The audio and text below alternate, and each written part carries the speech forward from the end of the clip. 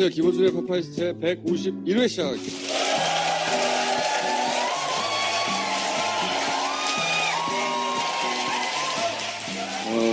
제가 최근에 한미 정상회담 관련해서 본 사진 중에 2주의 사진으로 꼽는, 이게 뭐냐면 중앙일보 페이스북에 올라온 거예요. 더 밟아주세요. 국민에게 받은 선물을 발로 밟은 문재인 대통령. 이게 무슨 얘기지? 이게 이제 꽃길만 걸으라고 교민이 만든 꽃길 위에 올라가 보세요 해서 올라간 거예요. 근데 이거를 이렇게 보면 국민에게 받은 선물을 발로 밟은 문재인 대통령. 물론 이 페이스북 담당자는 선물이야 하고 사진 기자한테 교민이 준 선물이야 하고 받았는데 선물이 올라갔어? 하고 이렇게 썼을 수도 있어요.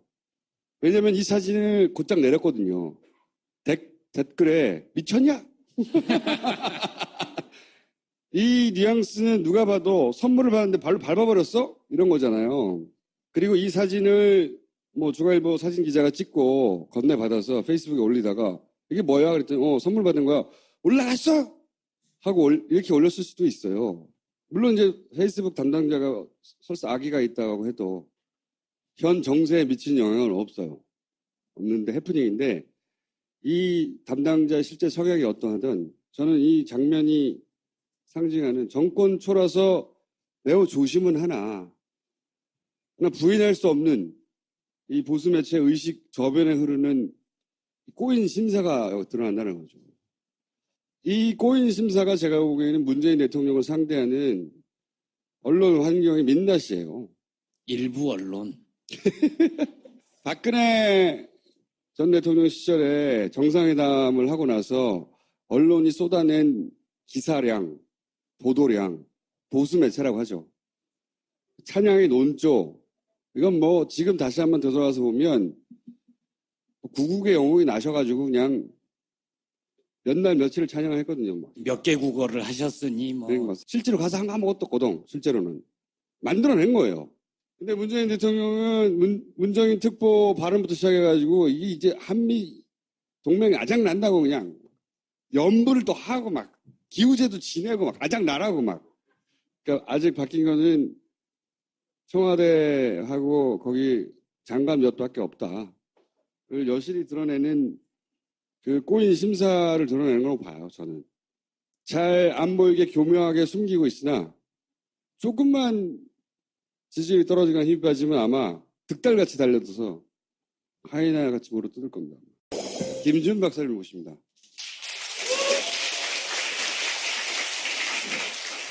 지상파에서는 굉장히 중립적이고 객관적이고 몹시 고학력에 전공이 미국 정치죠.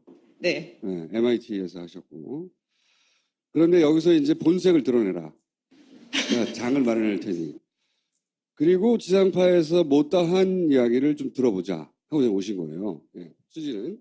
자, 일단 먼저 전문가로서 이 한미 정상회담을 파파이스 버전으로 총평하면요. 저는 뭉클했어요. 뭉클? 왜? 그러니까 이 전체적인 그 정상회담 일정이나 이렇게 보면은 드라마를 보는 것 같았어요. 외교부라든지 관계자들이 정말 열심히 꼼꼼하게 일정을 짰구나. 그리고 어떤 돌발 상황이 있을 때 어떻게 대처를 해라 이런 것까지 다 이제 주입을 한 것 같더라고요. 그래서 굉장히 열심히 준비를 했구나. 그래서 그 효과도 좋았고 성과도 있었고 좀 뭉클하더라고요. 그래서.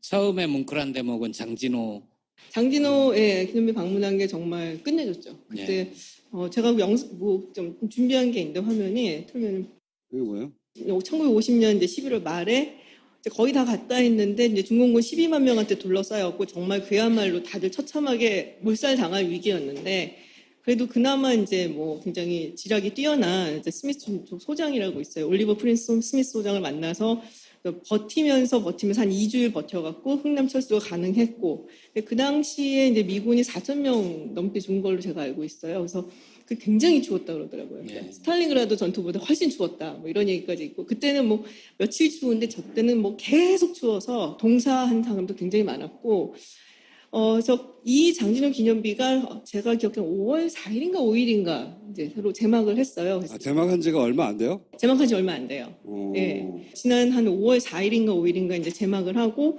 거기에 또 이제 개인적인 스토리가 좀 있으시잖아요, 문재인 대통령이. 네. 그래서 거기에 이제 방문을 한 거죠. 근데 첫 방문지가 저기였는데, 이게 이제 그 당시에 찍혔던 되게 유명한 사진이에요. 이 미군 병사가 그 추위에서 이제 깡통 캔을 이렇게 들고 그래도 살아나야겠다라는 이제 그런 희망인지 절망인지 하여튼 표정을 짓고 무표정하게 이렇게 있는 사진인데, 저기 쓰여져 있는 글이 당시에 이제 종군 기자가 물어봤대요. 그 이제 스미스 소장한테 네. 지금 철퇴하는 거냐? 그랬더니 저렇게 얘기를 한 거예요. 뭐라고? 그러니까는 뭐 우리가 철수하는 게 아니다. 그러니까 다른 방향으로 공격을 하는 거다라고 이야기를 했다고 철수가 하죠. 아니라 우리는 단지 다른 방향으로 나갈 뿐이다. 이렇게 얘기한 거죠. 그게 사실은 어떻게 보면 말도 맞는 게 완전히 포위된 상태에서 어디론가 간다는 것은 사실은 다른 방향으로 공격을 해서 나가는 거잖아요. 이 유명한 사진과 유명한 문장이 그렇죠. 굉장히 유명한 문장인데 제가 굳이 저걸 넣은 거는 문재인 대통령 이번에 CSIS 가갖고 연설하셨잖아요. 네. 거기에 저 문장을 인용을 하셨어요. 미국인들이 무슨 말을 들을 때 이렇게 움직이는지 잘 아는 사람이 준비한 거네요.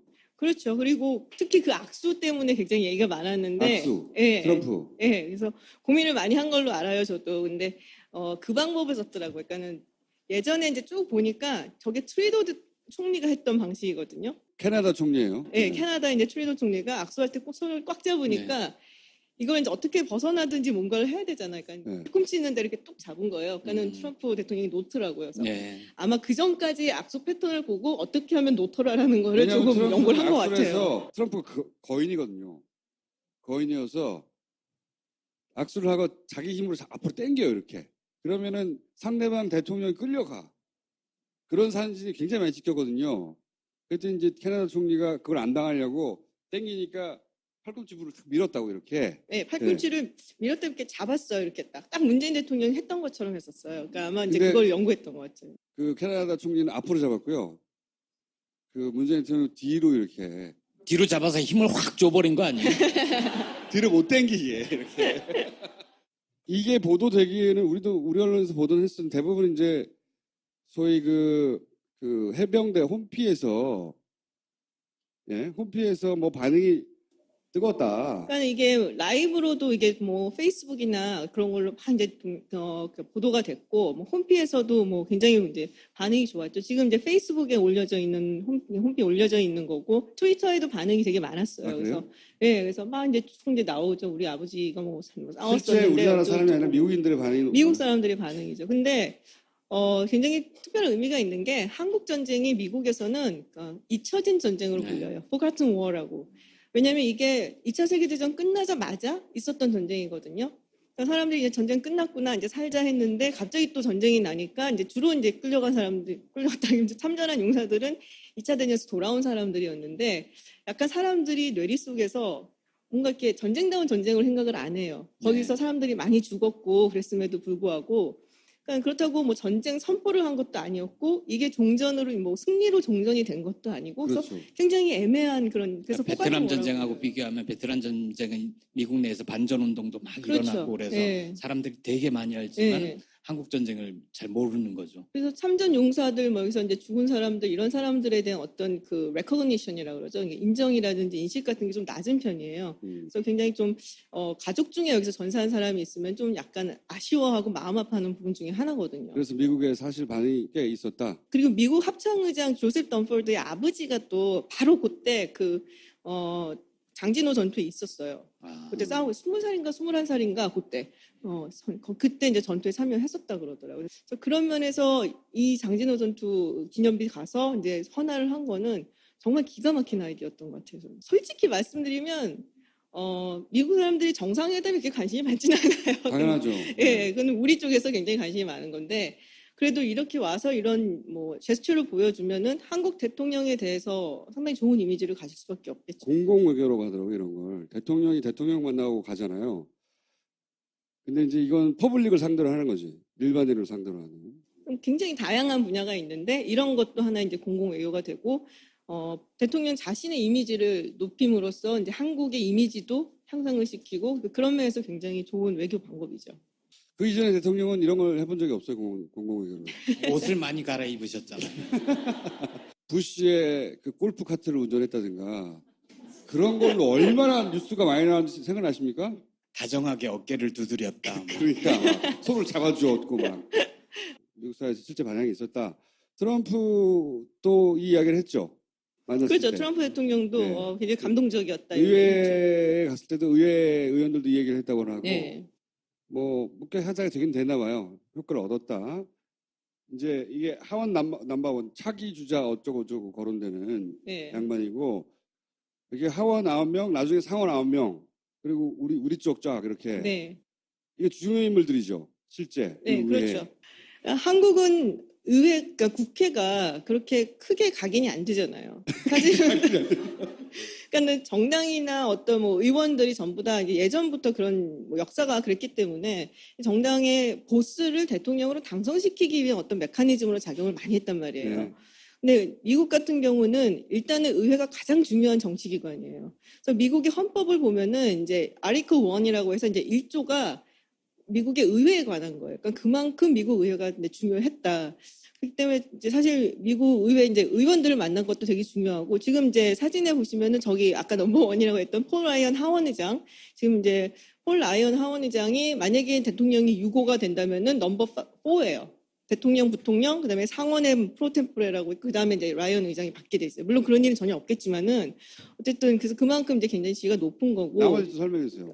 그래서 그 옆에 있는 여자분이 낸시 펠로시라고 해서 이제 민주당의 하원의 대표예요. 그래서 예전에 사실은 하원 의장을 했었죠. 민주당이 하원을 잡았을 때는. 그리고 이제 에드 로이스라고 해서 하원의 외교위원회 위원장. 네. 굉장히 공세적으로 네. 그리고 이렇게 의례적인 질문이 아니라 그런 질문을 하고 답이 오가는 1시간 동안의 대화가 있었고. 그러니까 주로 사드 배치 얘기에서 질문을 하고 낸시 펠로시 같은 경우 이제 뭐 중국의 반응에 대해서 어떻게 생각하냐. 중국 얘기를 좀 많이 했던 것 같고 뭐 그런 것들 개성공단 얘기도 나왔다는 얘기가 있고요. 우리나라 대통령이 가가지고 상원 하원의 주연사들하고 2시간씩 이렇게 이런 거 안 했어요. 한 적 없어요. 대통령을 주로 만나가지고 그렇죠. 대통령하고 무슨 사진을 찍고 뭐 무슨 옷을 입었고 뭘 처먹었고 뭐 환대를 받았다느니 뭐 친구가 됐다느니 이런 얘기만 나왔지 이런 적이 없거든요. 이것에 대한 이 참석자들이 자기 그 블로그나 페이스북이나 SNS 올린 반응을 보면 좋더라고. 그렇죠. 그리고 기본적으로 제가 들은 거는 이제 문재인 대통령이 물론 이제 좋은 얘기 하죠. 남의 나라 정상한테 나쁜 얘기는 안 하는데 굉장히 나이스하고 스윗하다. 그러니까 너무너무 사람이 참 친절하고 좋다라는 얘기들은 다 하더라고요. 그러니까 왜 그런 얘기 하잖아요. 문재인 대통령 만나본 사람들은 다 좋아한다. 뭐 이념이고 뭐고 상관없이 일단 사람은 정말 좋아. 이런 얘기 많이 한다는데 그게 이제 전 세계에 통하는구나. 여기 정반대 안민석 의원이 앉아 있습니다. 그게 되게 웃긴 게. 뭐하러 앉아 있는지 모르겠지만. 근데 이게 저런 식으로 앉아 있으니까 끝에 있는 사람들 이게 다 얼굴이 가리잖아요. 네. 정말 안민석 의원만 얼굴이 이렇게 밀리고. 빼꼼시키라 국회의원이 되면 다 그렇게 할 수 있어요. 자, 이게 인상적인 장면이었고, 예. 이거 우리 전에 해본 적 없는 거죠. 그렇죠. 예. 이렇게 다 모이기가 쉽지가 않아요. 다 이런 이제 외교위원회, 군사위원회, 정보위원회 이런 데 사람들이거든요. 이런 저기 뭐랄까요? 나는 왜 여기 있나 이런 표현이잖아요. 앉아 계셔 하여튼 상원 찍은 사진이 없더라고요. 상원 제가 드렸는데 사진. 그래요? 예. 그러니까 지금 악수를 하고 있는 사람이 이제 존 맥케인 상원 네, 의원이고. 이 사람은 알고. 네. 이 사람들이 상원 멤버들이에요? 예, 상원 멤버들이에요. 상원과 만남하고 하원과 만남을 구분해서 하는 이유나 혹은 다른 의미가 있어요, 각각? 하원은 이제 그 일반인들의 어떤 삶을 살펴보라고 뽑는 곳이에요. 그러니까 지역구 같은 거예요. 지역구, 그래서, 우리가 그 지역에 뭐 공원 해줄까, 다리 해줄까, 뭐 어떤 걸 공원해줄까, 해줄까, 다리 해줄까. 네. 그리고 상원은 이제 그 처음에 건국의 아버지들이 만들 때 약간 그 좀 더 거시적으로 국가를 이끌어 나가라. 그러니까 아무래도 상원의 외교라든지 안보 이런 쪽이 좀 더 강하고 전문적인 성향이 좀 있죠. 민생은 하원이 해결하고, 그렇죠. 그 다음에 외교나 안보는 상원이 해결하라 이렇게 갈라놓은 거예요? 예, 그래서 하원은 이제 세출, 뭐 세입, 예산 이런 쪽이 굉장히 강하고 상원 같은 경우는 이제 상원이 들어오는 사람치고 대통령 돼야겠지 하고 생각 안 해보는 사람이 없을 거예요 아마 한 번쯤은 다. 여기 인물들은 중요 인물들입니까? 중요 인물들인데 하필 이제 코리 가드너라고 해서 지난번에 정의용 실장이 가서 만나갖고 온 사람 있죠. 그때 뭐 사드 배치 안 하면은 뭐 국회에서 비준하는 게 말이 되냐 약간 그런 식으로 얘기를 했었는데 이 사람이 문재인 대통령 만나서 올린 페이스북, 아니, 블로그인지 페이스북인지 SNS인지 봤어요. 아, 예. 좋았다 이렇게 썼더라고요. 예, 네. 좋았겠죠. 아주 좋았다 이렇게 네. 써놨대. 네. 이런 사람들이 잘 이렇게 모여서 다른 나라 정상들을 만나곤 해요. 아니 저렇게 모이기가 일단 쉽지가 않아요. 저게. 이렇게? 예, 근데 이번에 그래도 좀 다행이었던 게 그 의회 캘린더를 보면은 DC에서 일하는 때 아니면 자기 지역구나 주에 가서 일하는 때가 따로 있어요. 근데 이제 딱 7월 그 독립기념일 전까지 이제 DC에서 일을 하는 때예요. 그래서 이제 그 마침 시기는 또 딱 모일 수 맞은 있는 거예요. 환경이 예. 됐구나. 그래서 어렵게 다 만났다. 맥케인도 만나고. 맥케인은 왜 자꾸 우리나라 대통령을 만나려고 그러는지 몰라. 아니 근데 저는 너무 이해가 안 갔던 게 맥케인 쪽에서 만나고 싶다 그래갖고 이제 샹그릴라 다이얼로그를 왔다가 이제 여기 와서 만나고 싶다 해서 27일이나 28일 날짜를 하나만 비워달라 해서 청와대에서 28일이 일요일이나 그랬어요. 그래서 그때 점심 때 만나자고 했거든요.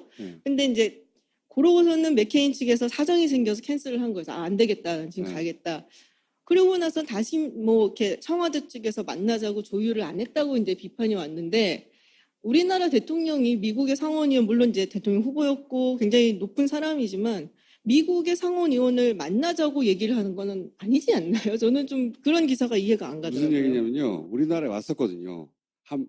미국 가기 전에. 근데 처음 약속을 이 사람 사정으로 캔슬을 했어요. 그런데 우리나라 언론에서는 두 번째 만나려고 하는데 일정 조정이 안 됐어요. 그래서 못 네. 만났어. 대통령 바쁘잖아. 졸라 바빠 이 양반. 근데 우리 언론에서 뭐라고 비판했냐면 맥케인이 만나달라고 하는데도 안 만나줬다.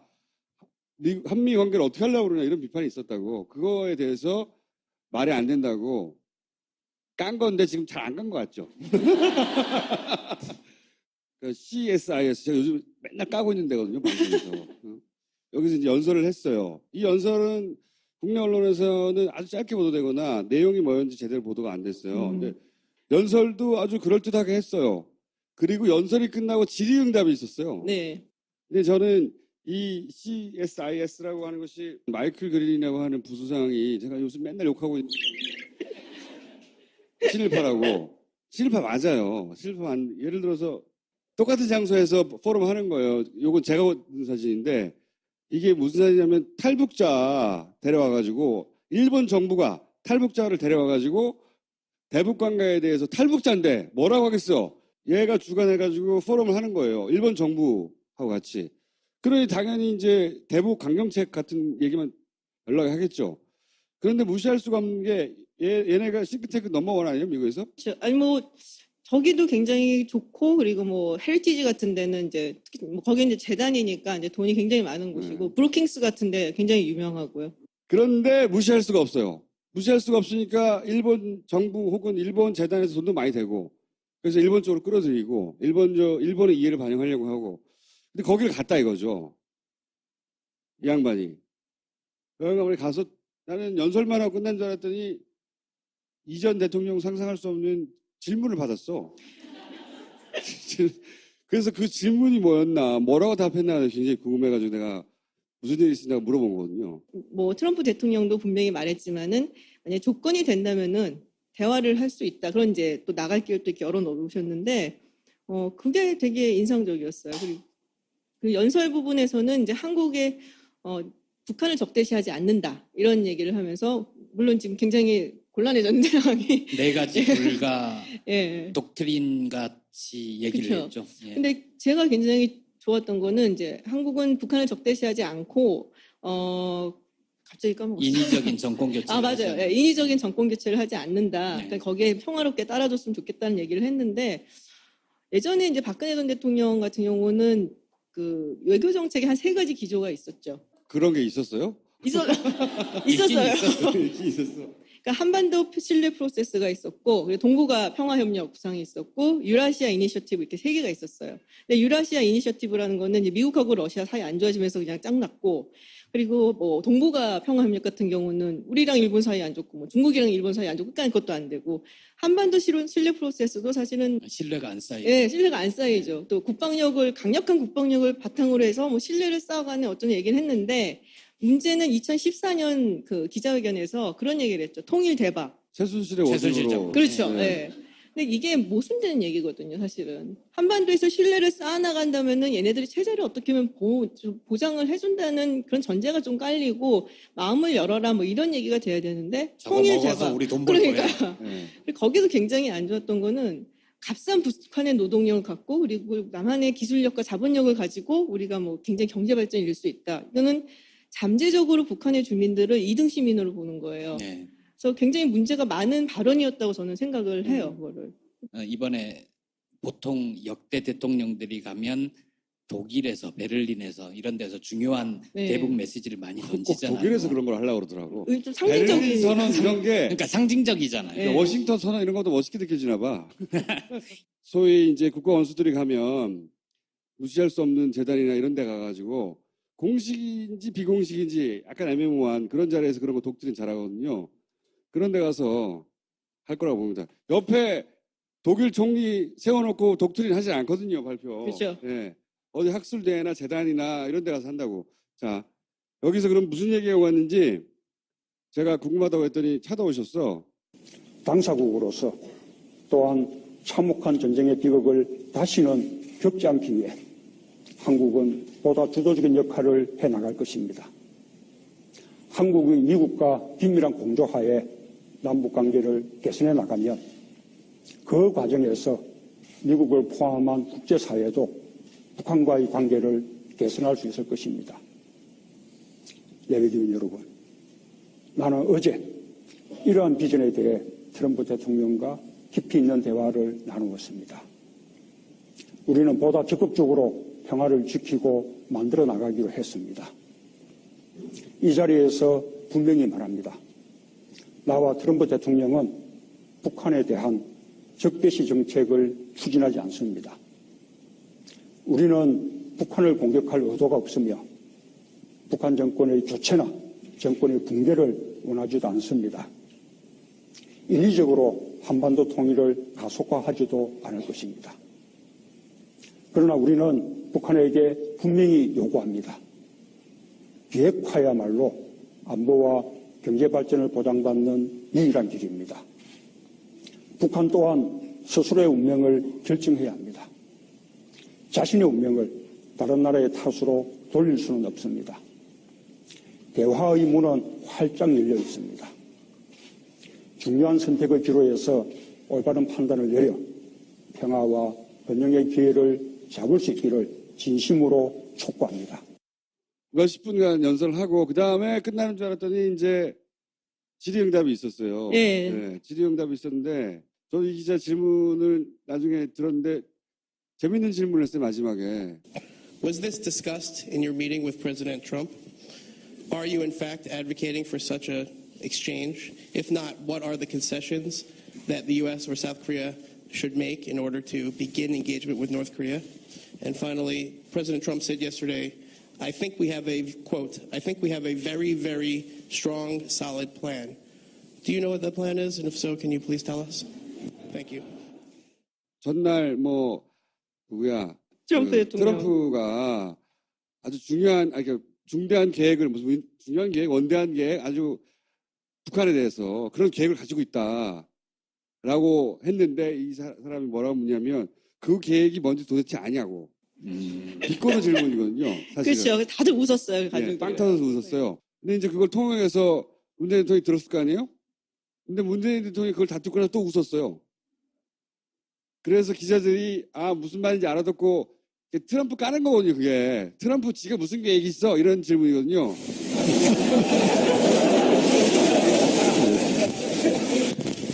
우선 북한의 핵과 미사일 도발은 국제법에도 위반되고 또 유엔 안보리 결의에도 위반되는 불법적인 일입니다. 한미 양국 간의 군사훈련은 방어를 목적으로 오래전부터 계속되어온 합법적인 일입니다. 불법적인 일과 합법적인 일을 서로 교환할 수는 없다고 생각합니다. 뿐만 아니라 나는 이 불법 행동에 대해서 보상이 주어져서는 안 된다고 생각합니다. 그래서 이 북한의 핵과 미사일 도발을 중단하는 조건으로 한미 훈련을 중단할 수 없다는 것은 한국과 미국의 오래된 공식적인 입장입니다. 지금도 그 입장에는 변함이 없습니다. 문정인 교수는 특보로서가 아니라 교수로서 자신의 개인적인 의견을 말한 것입니다.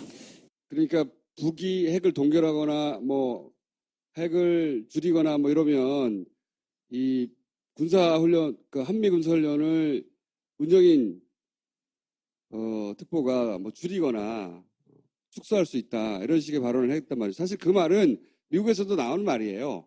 네, 나오는 말인데 그 질문을 하니까 북한의 핵은 불법적인 것이고 한미 군사훈련은 합법적인 것이기 때문에 둘을 불법과 합법을 교환할 수는 없다. 이게 미국이 주류가 원하는 답이긴 하죠. 그렇죠. 문정인 특보가 했던 얘기는 항상 하는 얘기예요. 항상 있는 얘기예요. 항상, 그리고 미국 본인이 내에서도. 늘 해왔던 얘기예요. 네. 굉장히 오랜 시간 동안 워싱턴 DC 가면 문정인 교수가 워낙 인맥이 넓기 때문에 다 알아요. 그래서 저런 말을 늘 하는구나 해서 아무도 놀라지 않았을 거예요. 그 말 했을 때. 근데 마이클 그린이 가가지고 시비 그런 거 아니야? 아까 어디 갔어? 다 알면서. 거기에 동조하는 외교 전문가들도 많았잖아요. 외교 전문가들도 많고 뭐 시절 좋을 땐 대부분 그렇게 얘기를 했었죠. 네. 사실. 근데 마이클 그린을 조금 알아요. 조금 아는데 똑똑한 사람이라는 얘기 들었어요, 나도.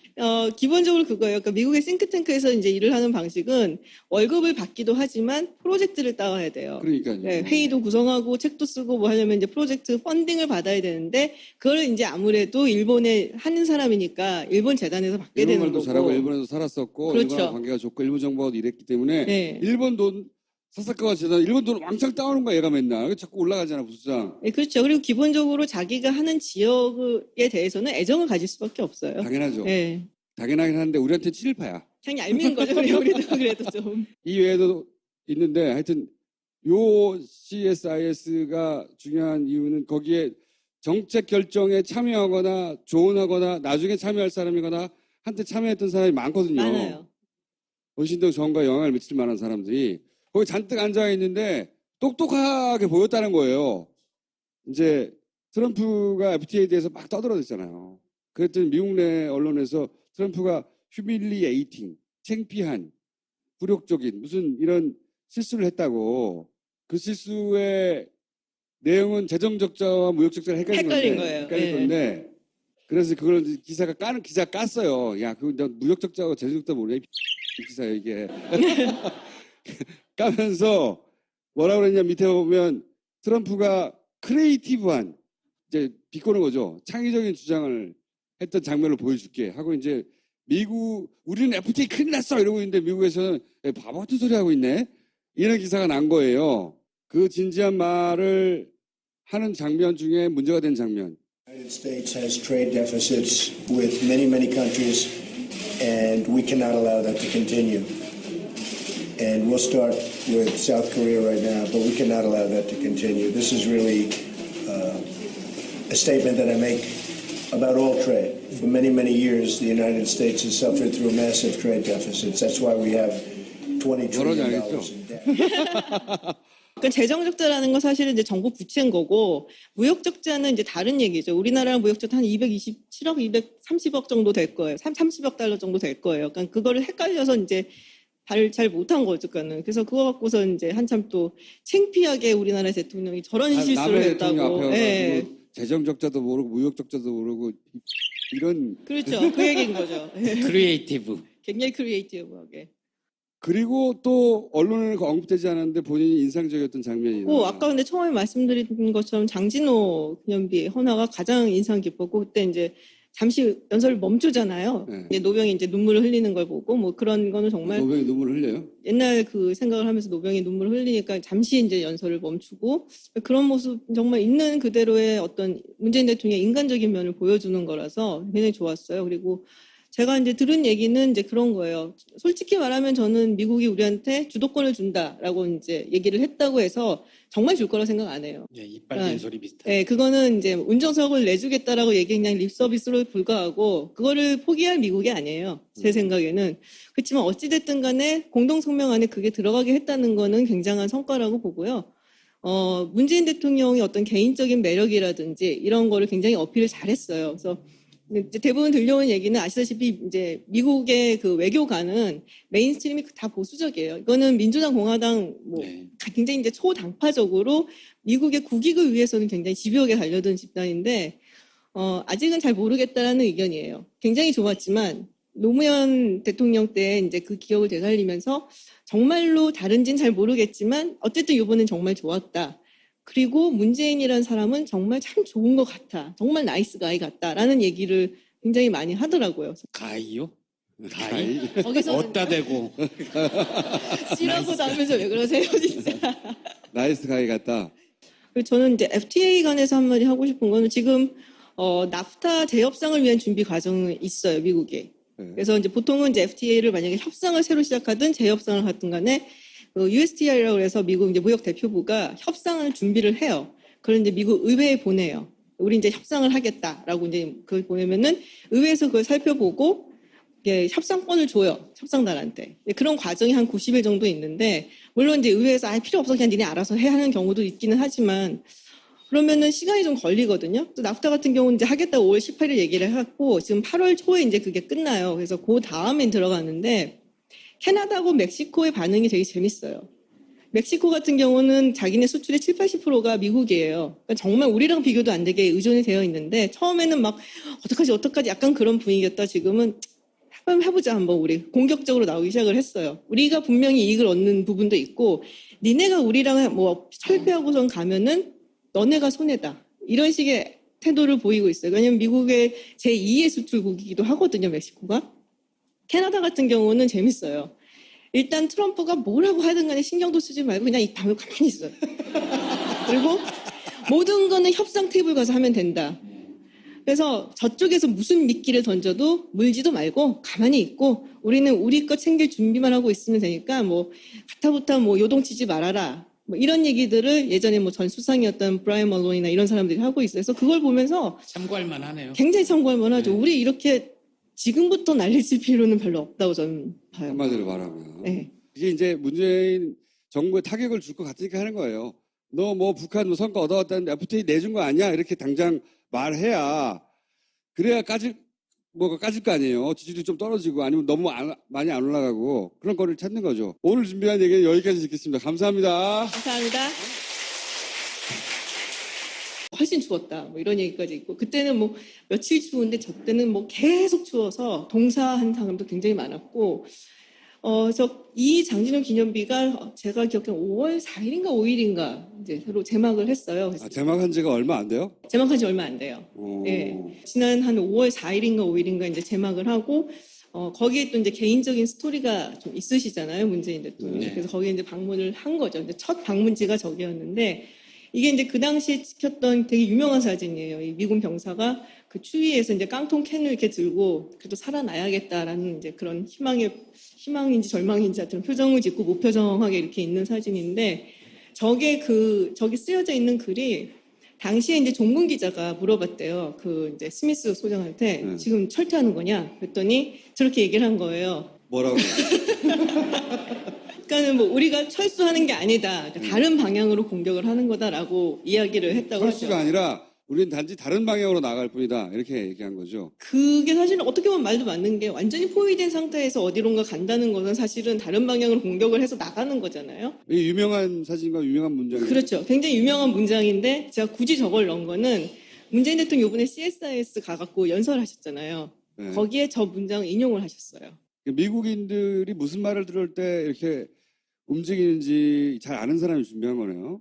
그렇죠. 그리고 특히 그 악수 때문에 굉장히 얘기가 많았는데. 악수, 예, 트럼프. 예, 그래서 고민을 많이 한 걸로 알아요, 저도. 근데 그 방법을 썼더라고요. 그러니까는 예전에 이제 쭉 보니까 저게 트리도 총리가 했던 방식이거든요. 캐나다 총리예요. 예, 캐나다 이제 트리도 총리가 악수할 때 꼭 손을 꽉 잡으니까 이걸 이제 어떻게 벗어나든지 뭔가를 해야 되잖아요. 그러니까 네. 뒤꿈치는 데 이렇게 뚝 잡은 거예요. 그러니까는 트럼프 대통령이 놓더라고요. 그래서 네. 아마 그 전까지 악수 패턴을 보고 어떻게 하면 놓더라라는 거를 왜냐하면 조금 트럼프는 연구를 한 것 악수를 같아요. 해서 트럼프가 거인이거든요. 거인이어서 악수를 하고 자기 힘으로 앞으로 당겨요. 이렇게. 그러면은 상대방 대통령이 끌려가. 그런 사진이 굉장히 많이 찍혔거든요.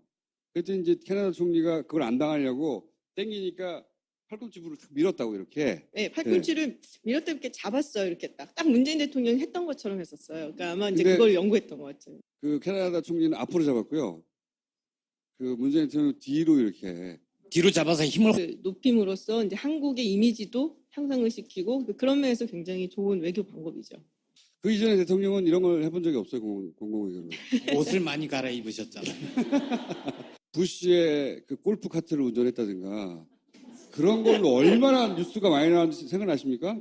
다정하게 어깨를 두드렸다. 그러니까 막 손을 잡아주었고 막 미국 사회에서 실제 반향이 있었다. 트럼프도 이 이야기를 했죠. 만났을 그렇죠. 때. 트럼프 대통령도 네. 굉장히 감동적이었다. 이런 의회에 갔을 때도 의회 의원들도 이 얘기를 했다고 하고 네. 뭐 꽤 하자가 되긴 되나 봐요. 효과를 얻었다. 이제 이게 하원 넘버원 차기 주자 어쩌고 거론되는 네. 양반이고 이게 하원 9명, 나중에 상원 9명, 그리고 우리 쪽 쫙 이렇게 네. 이게 중요 인물들이죠. 실제. 네, 그 의회에. 그렇죠.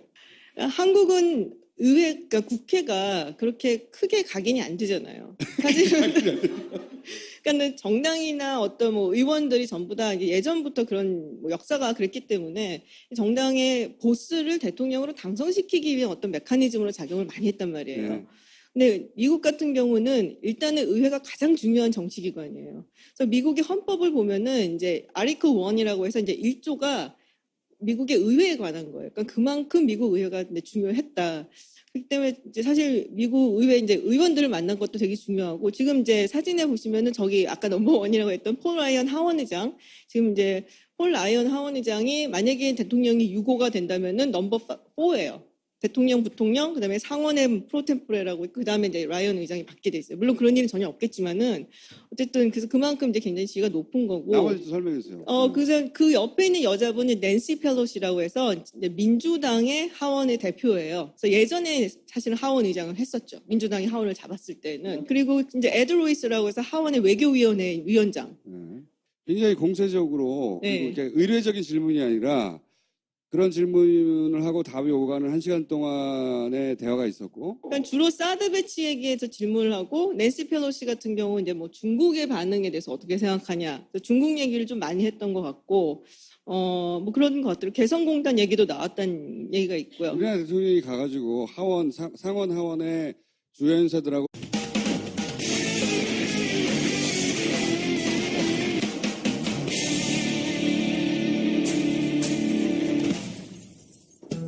안녕하세요. 김호준의 퍼파이스트 151회 시작하겠습니다.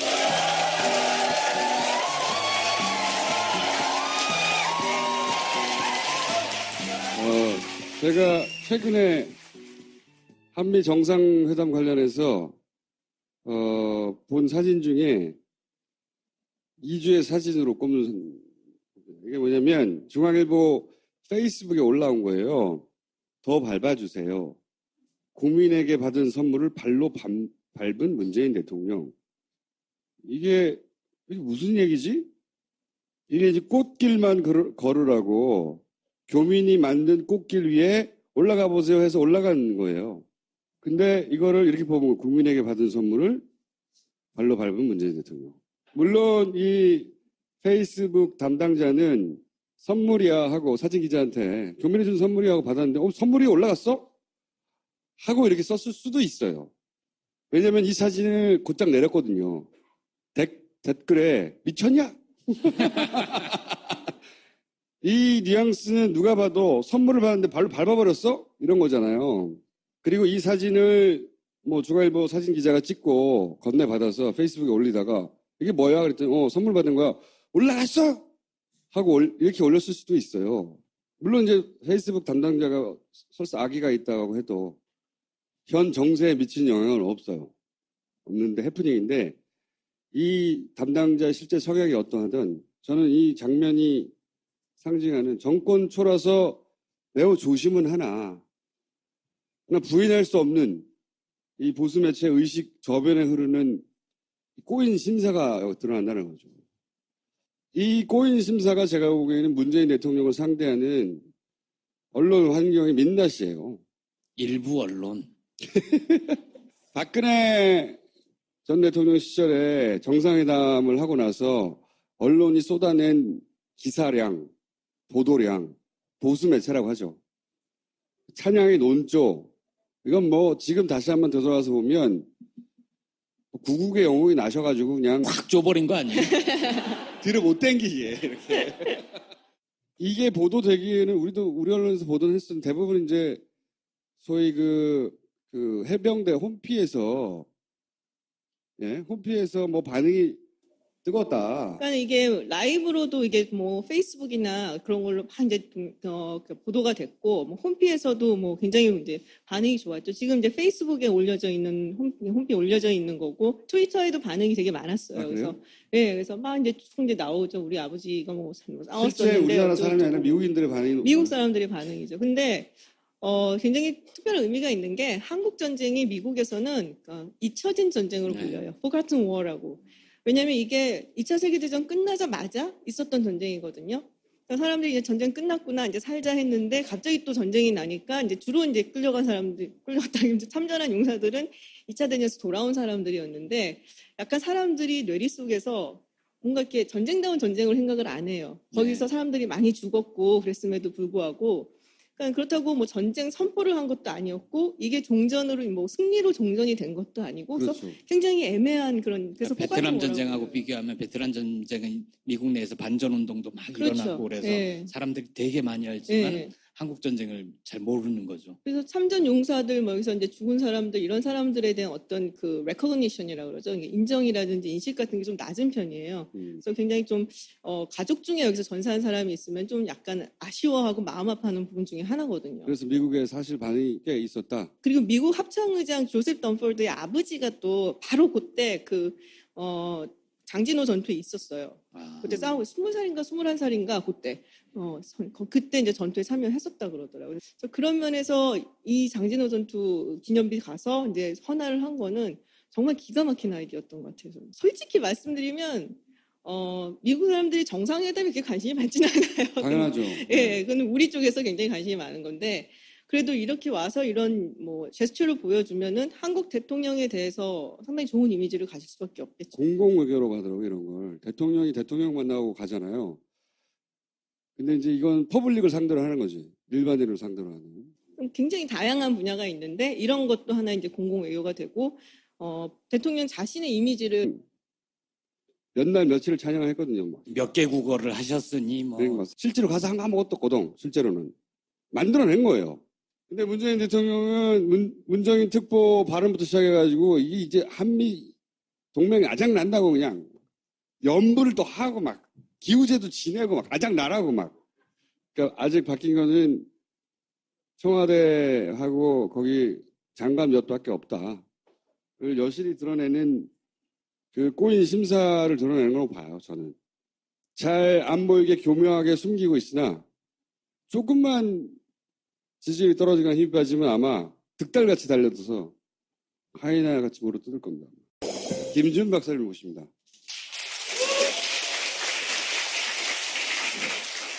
지상파에서는 굉장히 중립적이고 객관적이고 몹시 고학력에 전공이 미국 정치죠. 네. MIT에서 하셨고. 그런데 여기서 이제 본색을 드러내라. 내가 장을 마련할 테니. 그리고 지상파에서 못다한 이야기를 좀 들어보자 하고 오신 거예요. 취지는. 자, 일단 먼저 전문가로서 이 한미 정상회담을 파파이스 버전으로 총평하면요. 저는 뭉클했어요. 뭉클? 왜? 그러니까 이 전체적인 그 정상회담 일정이나 이렇게 보면은 드라마를 보는 것 같았어요. 외교부라든지 관계자들이 정말 열심히 꼼꼼하게 일정을 짰구나. 그리고 어떤 돌발 상황이 있을 때 어떻게 대처를 해라 뭐 이런 것까지 다 이제 주입을 한 것 같더라고요. 그래서 굉장히 열심히 준비를 했구나. 그래서 그 효과도 좋았고 성과도 있었고 좀 뭉클하더라고요. 그래서. 처음에 뭉클한 대목은 장진호의 기념비 방문한 게 정말 끝내줬죠. 그때 제가 좀 준비한 게 있는데 화면이 틀면 이게 뭐예요? 1950년 이제 11월 말에 이제 거의 다 갔다 했는데 이제 중공군 12만 명한테 둘러싸였고 정말 그야말로 다들 처참하게 몰살당할 위기였는데 그래도 그나마 이제 뭐 굉장히 지략이 뛰어난 이제 스미스 소장이라고 있어요. 올리버 프린스 스미스 소장을 만나서 버티면서 한 2주일 버텨갖고 흥남 철수가 가능했고, 그 당시에 이제 미군이 4,000명 넘게 죽은 걸로 제가 알고 있어요. 그래서 그 굉장히 죽었다 그러더라고요. 네. 스탈린그라드 전투보다